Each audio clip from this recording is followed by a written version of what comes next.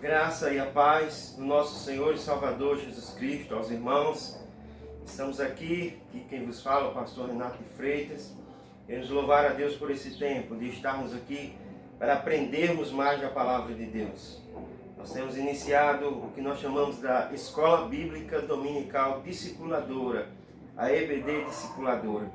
E estamos aqui mais uma vez para dar continuidade a esse curso que iniciamos presencialmente em nossa igreja. Eu quero agradecer desde já a audiência de todos vocês, a nossa liderança da nossa igreja, da IBIP, da Igreja Batista Independente do Panatins, juntamente a todos os demais membros da nossa igreja que se reúnem nesse exato momento para aprender a palavra de Deus.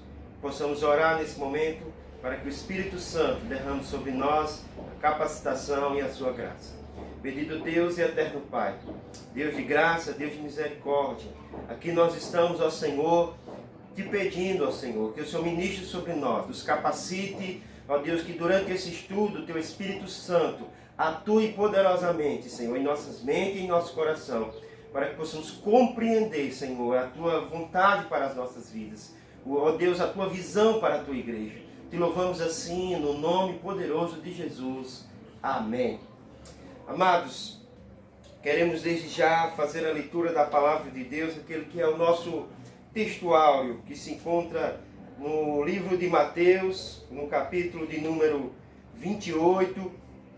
Dessa feita iremos ler o versículo a partir do número 19. Gostaria de convidar você aí, pegasse a sua Bíblia nesse exato momento, para que possamos fazer a leitura desse texto. Diz assim a palavra de Deus: Portanto, vão e façam discípulos de todas as nações, batizando-as em nome do Pai, do Filho e do Espírito Santo, ensinando-os a obedecer tudo o que eu lhes ordenei, e eu estarei sempre com vocês até o fim dos tempos. Então nós louvamos ao Senhor, porque sabemos que Jesus está conosco, e essa é a missão que Ele comissionou, que Ele deixou para todos nós. Esse texto é mundialmente conhecido como a Grande Comissão. E nós, como igreja, durante muito tempo, temos transformado essa Grande Comissão na Grande Omissão. Por isso Deus tem tocado em nossos corações, tem implantado em nós, na nossa igreja, a visão da igreja multiplicadora. E eu queria compartilhar com vocês, nessa aula de número 3, essa mensagem. Na primeira aula, nós falamos sobre a visão.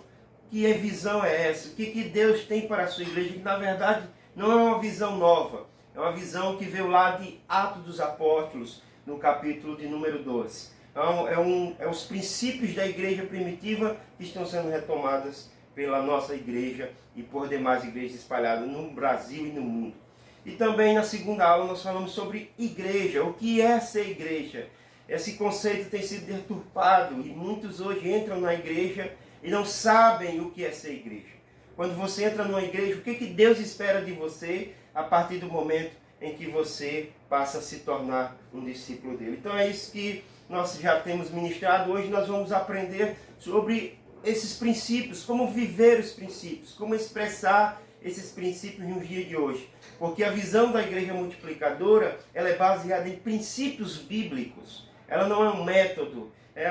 A igreja multiplicadora não é apenas mais uma invencionice do homem, mas é a retomada aos princípios da palavra de Deus. Por isso agora é o tempo de recordar, vamos lembrar esses princípios, vamos lembrar como é formada essa visão, em que se baseia essa visão da igreja multiplicadora. A igreja multiplicadora era definida dessa forma. Ela é uma visão de multiplicação, destaco aqui a palavra intencional, baseada em 5 princípios bíblicos, a fim da igreja local cumprir a grande comissão. Então essa é a definição. As palavras-chave estão destacadas, é baseada na visão intencional, ou seja, nós temos a intenção de ser essa igreja e de fazer cumprir os princípios da palavra de Deus, e assim nós realizaremos a grande comissão, que é a grande ordem que Jesus deu à igreja. Esses princípios nós precisamos recordar, porque eles precisam ser vividos por nós. Nós precisamos desenvolver esses princípios. Quais são eles? Vamos lá Vê se você recorda aí na sua casa esses princípios. Princípio número 1, está aqui a sinalização da mão para a gente nunca esquecer os 5 princípios da igreja multiplicadora. É a oração. Né? A oração que é a base de tudo. Sem a oração, a igreja não consegue realizar nada daquilo que ela propõe fazer. Temos o segundo princípio, que é a evangelização discipuladora, um evangelismo diferente do habitual. Terceiro princípio é a plantação de igreja. Quando a igreja se expande, ela se multiplica. Isso é algo natural a acontecer. A formação de líderes. Né? Intencionalmente a igreja precisa formar líderes, porque se nós não tivermos novos líderes, faremos como aconteceu na Europa, que as igrejas foram fechando, a sua membresia foi envelhecendo e novos líderes não foram formados, e as igrejas então viraram, infelizmente, bares, boates, porque não houve continuidade. Temos o princípio da compaixão e graça. Esse princípio sempre houve na igreja primitiva, mas que nós perdemos, né? E precisamos voltar a desenvolver. Esses princípios, na verdade, eles formam o que nós chamamos de uma grande engrenagem, onde a igreja está aqui no centro e o desenvolvimento de cada um desses princípios vai mover essa engrenagem que é a igreja. Observe que todos esses princípios são importantes. A igreja não consegue andar e cumprir a sua missão se não desenvolver compaixão e graça. Uma igreja que não tem compaixão, ela não consegue se mover em direção ao outro. A igreja também precisa formar novos líderes, eu já expliquei o porquê. Precisamos plantar novas igrejas, porque a igreja, quando ela está saudável, ela cresce. Se ela cresce, ela se multiplica. Uma igreja, imagine uma igreja aí com 1000 pessoas, né? A igreja já vai perder o seu poder de comunhão e precisamos, portanto, abrir novas igrejas para acolher outras pessoas. A evangelização discipuladora, a igreja que não evangeliza, mas não é naquele evangelismo tradicional, no evangelismo relacional, onde você fala de Jesus para a pessoa que está na sua casa, para a pessoa que está ao seu lado, seu vizinho, seu colega de trabalho. E o princípio da oração. Sem a oração, nada acontece.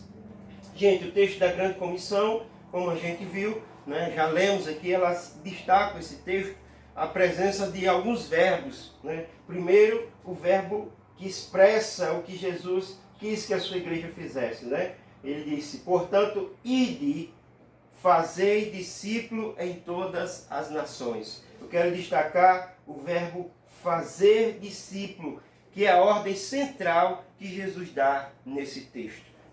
Tem muito tempo, né, achamos que a ordem central que Jesus estabelecia nessa grande comissão era ide, né, no imperativo. Mas, na verdade, o que Jesus quer nos ensinar nesse texto é que, como discípulos, onde a gente for indo, façam discípulos. Né? E a partir do momento que vocês fazem discípulos, vocês cumprem as outras coisas que eu pedi a vocês. Vocês ensinam e vocês também vão batizar essas pessoas no nome do Pai, do Filho e do Espírito Santo.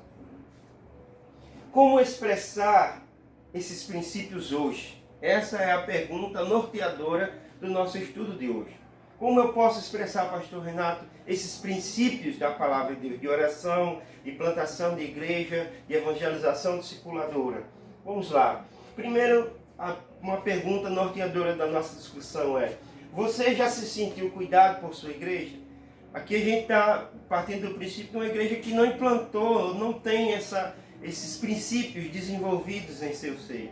Né? É claro que essa pergunta vai praticamente ser respondida de forma unânime. Muitos vão dizer não, porque nós às vezes temos uma igreja com 100 pessoas, amados, mas uma pessoa adoece e ninguém fica sabendo.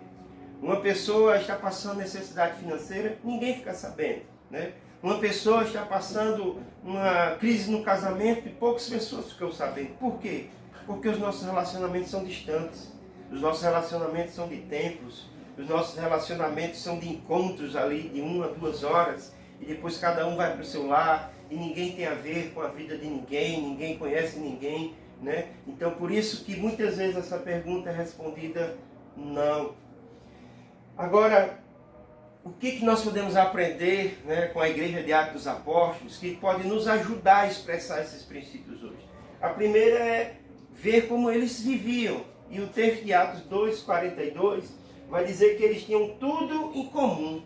Tudo em comum. Eles se conheciam as necessidades uns dos outros, por isso essa igreja ela crescia e cumpria a vontade do Senhor.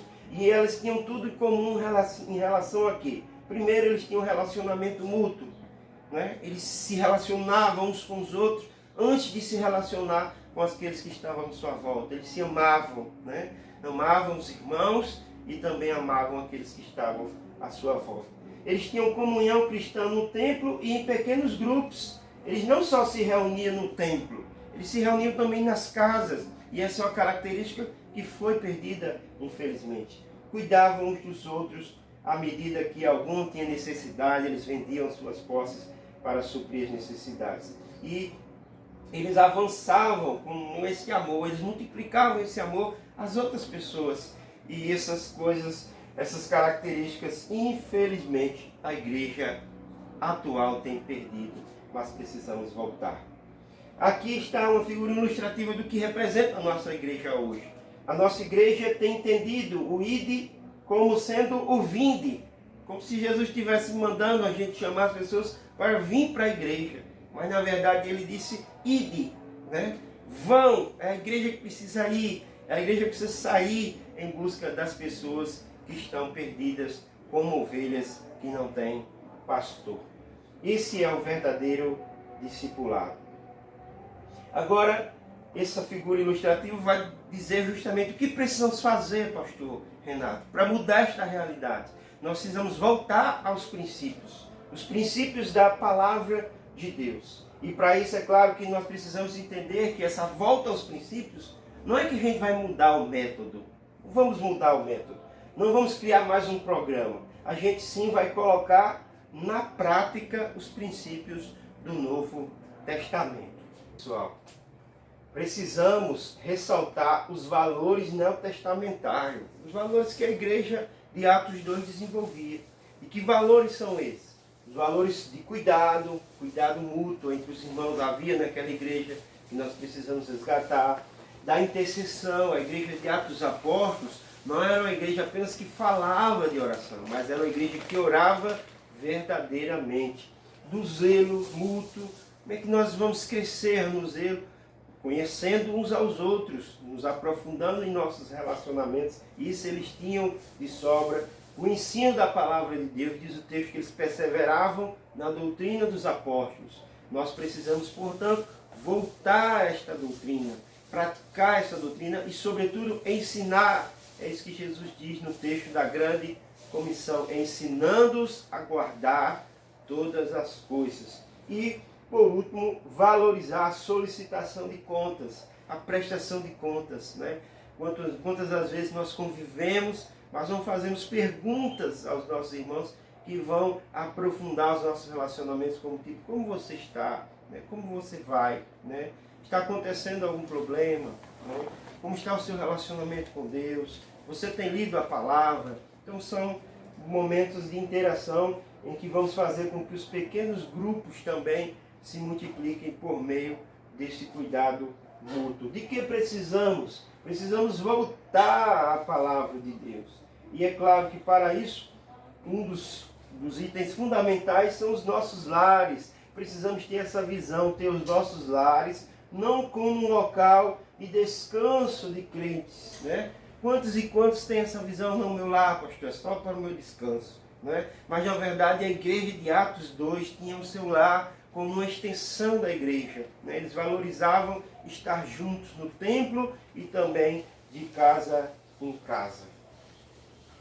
Então nós precisamos compreender que reunir-se em templos e em casas não anulam-se um ao outro, né? Mas se complementam e nos levam a coisas maiores, né? Então muitos irmãos, pastor, agora a igreja vai ser na casa, não.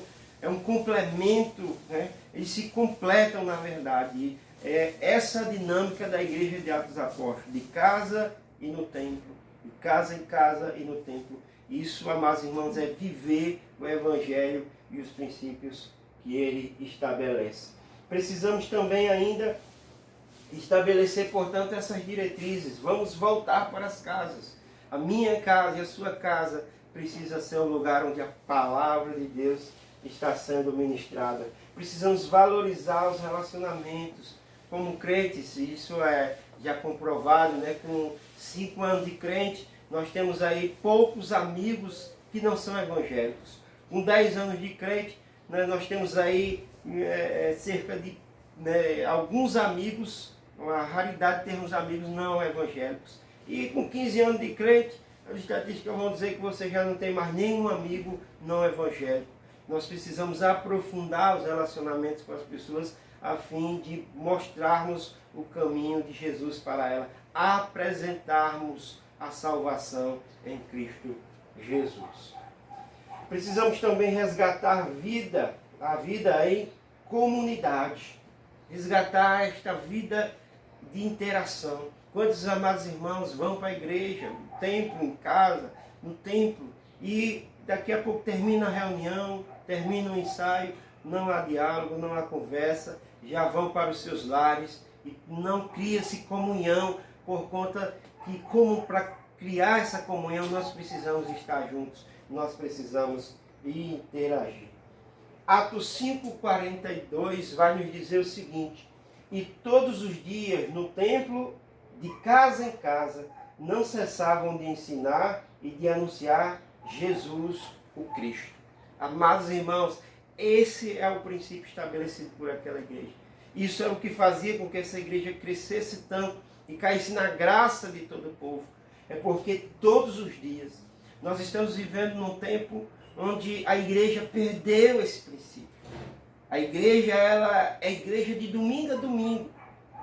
A igreja, ela passa a funcionar e a ter uma vida só dentro do templo. Quando chega na segunda-feira, os membros esquecem que são discípulos de Jesus. Mas nós precisamos entender que somos discípulos de Cristo todos os dias. Essa igreja vivia isso.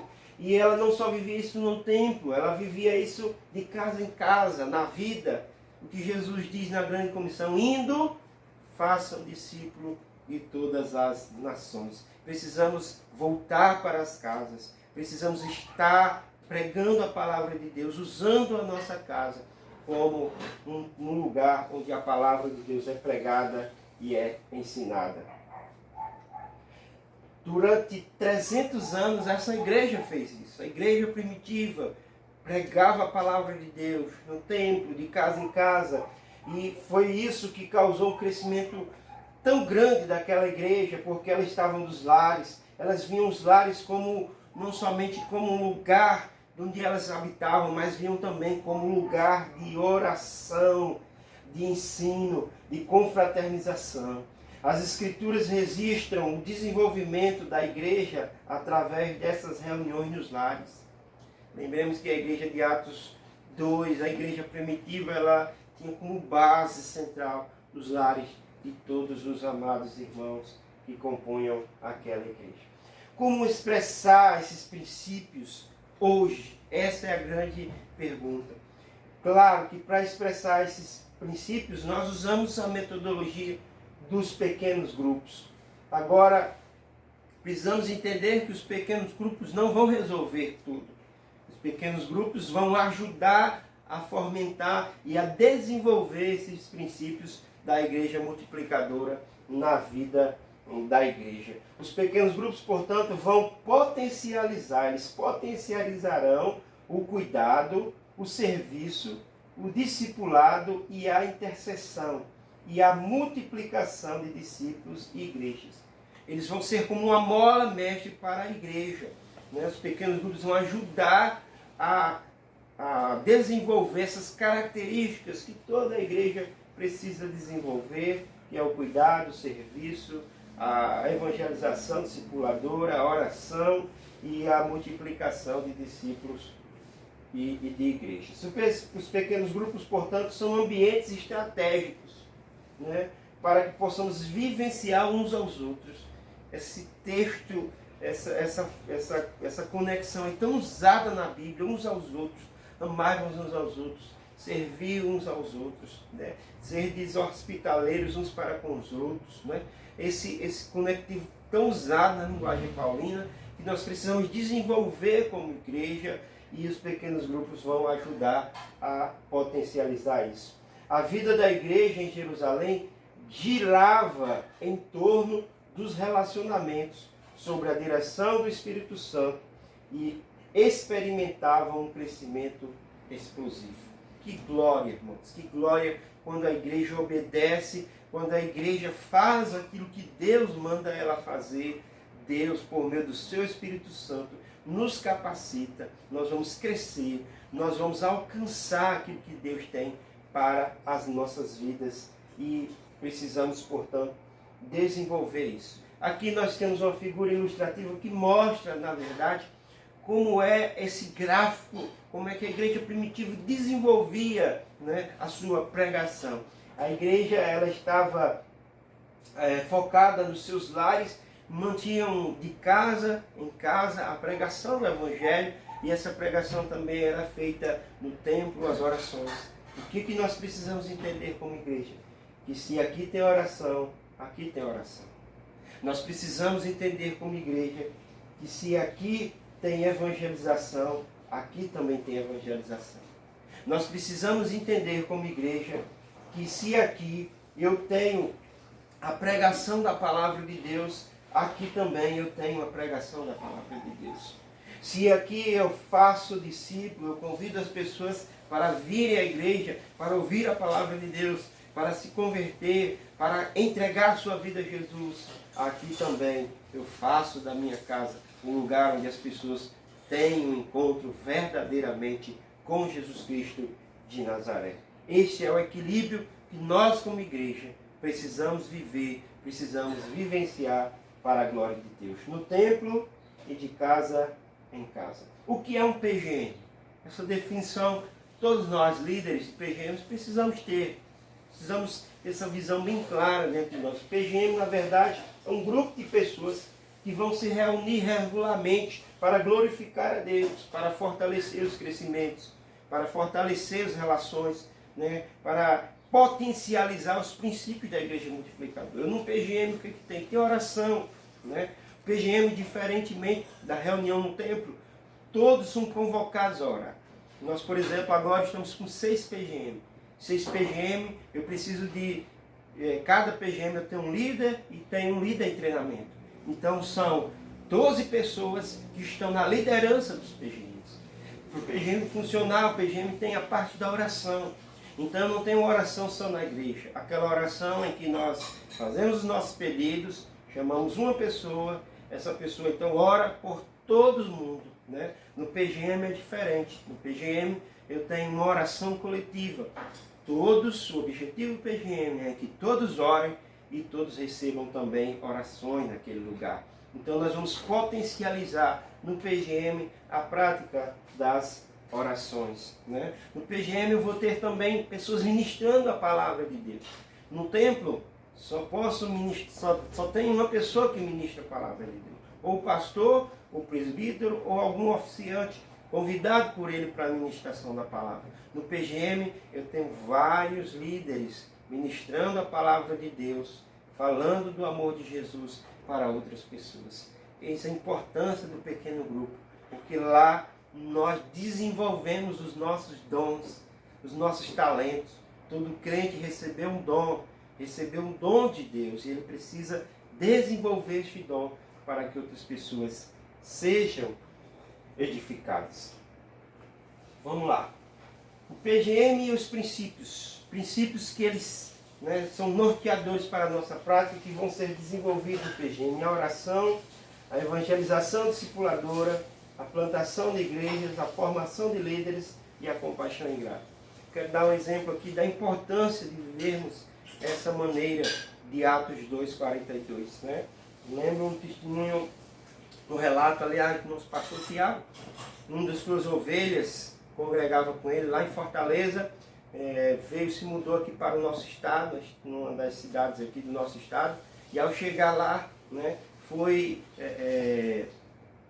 orientado pelo seu pastor a começar uma oração, e ali eles começaram a oração, e daquela oração, daquele estudo, né, começou a crescer o número de pessoas e já batizaram até pessoas lá para a glória do Senhor. A coisa foi crescendo, para você ver como essa visão, né, de discípulo e de discipular alguém sempre vai gerar frutos para o reino de Deus. Chegamos aqui à conclusão, né? O que concluímos diante de tudo isso que já foi comentado e foi abordado na nossa aula de hoje? É que nós precisamos, não é de um programa novo. Essa visão da Igreja Multiplicadora não é um programa novo. Mas nós precisamos de uma prática nova. Estamos falando de estilo de vida, de vida na vida, né? Isso nós precisamos viver, esses princípios. Essa igreja aqui, diz o texto, que ela caía na graça do povo. Por que ela caía na graça do povo? Porque ela vivia os princípios da palavra de Deus. Vivia os princípios deixados pelo nosso Senhor e Salvador Jesus Cristo. Convoco a você também internalizar isso e a viver dessa forma. Precisamos ressaltar os valores neotestamentários do cuidado, da intercessão, do zelo, do ensino da palavra e da solicitação de contas. Em uma vivência em pequenos grupos que se multiplicam, né? Nós precisamos, novamente como igreja, valorizar o cuidado. Nós não podemos tratar os nossos membros apenas como números, e sim como pessoas que têm os seus dilemas, têm os seus problemas e necessitam de ser cuidados, necessitam de ser ouvidos.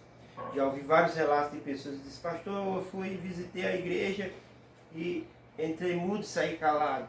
Ninguém falou comigo, ninguém dirigiu a palavra a mim, nem sequer um abraço eu ganhei. Nós não podemos mais, irmãos, ser esse tipo de igreja. Uma igreja que não cuida, uma igreja que não olha para as pessoas com o olhar do nosso Senhor e Salvador, Jesus Cristo. Eu quero deixar agora, nesse exato momento, 2 perguntas para que possamos refletir nesse exato momento, né? E aí, sobre tudo aquilo que já conversamos nessa aula de hoje, podemos então interagir aí com você. Você pode deixar o seu comentário no vídeo, tentando refletir sobre essas perguntas que estão aqui em nossa tela. Quais as limitações e as grandes concentrações geralmente encontram quando se trata de vivenciar o cuidado individual com os que chegam à igreja? Quais as limitações? Quais são as limitações que as grandes aglomerações, né, que as grandes reuniões com 200, 500, 1000 pessoas, quais são as limitações que elas produzem para que nós não possamos chegar e cuidar das pessoas, para que as pessoas entrem e saiam das nossas reuniões sem sentir-se acolhidas? Quais são essas limitações? O que nos impede a vivenciar esse cuidado individual às pessoas que chegam à nossa igreja? Compartilhe aí, responda aí a sua opinião. Nós estaremos depois lendo os comentários, né, um a um, e estaremos também interagindo com vocês aí em nossa aula. A segunda pergunta também, deixando aí para vocês, possam meditar, interagir e dar a sua opinião, é: qual é a importância dos PGMs para a vivência do jeito bíblico de ser igreja? Cite pelo menos 3 motivos bíblicos para a lei do templo vivermos em pequenos grupos, né? Então observe que eu tenho aqui praticamente 2 perguntas ainda, né? A primeira é: qual é a importância dos PGMs para a gente viver do jeito bíblico? E é interessante aqui porque a igreja tem vivido não do jeito bíblico, né? A igreja atual é uma igreja que vive a palavra de Deus uma vez, né, na semana, no domingo. É uma igreja que tem como oficiante, pregador oficial é o pastor, né, ou ministro, e aí na segunda o pastor é que tem que ganhar as aulas, é que tem que pregar, o ministério, né?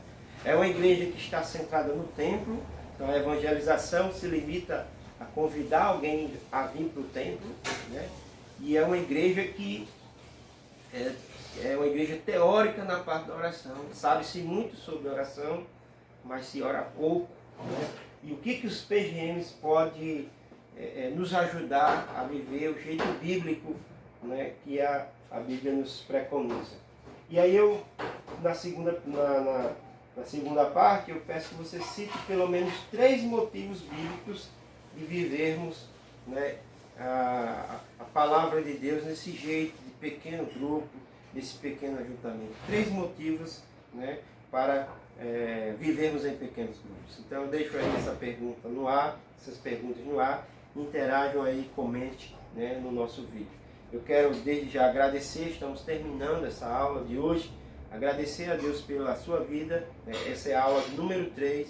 Eu queria pedir a você que está nos acompanhando, né, a deixar aí o seu like no nosso vídeo, ajudar o nosso canal, pedir para você também compartilhar, né, o link dessa transmissão, para que outras pessoas também possam ser edificadas. E pedir para você que ainda não é inscrito, é novo no canal, se inscrever no canal, né, ativar o sininho de notificação, para que na próxima aula, na aula de número 4, você possa aí ser notificado e estar também, né, crescendo, aprendendo mais da visão da Igreja Multiplicadora e também daquilo que Deus tem para a Igreja do Senhor.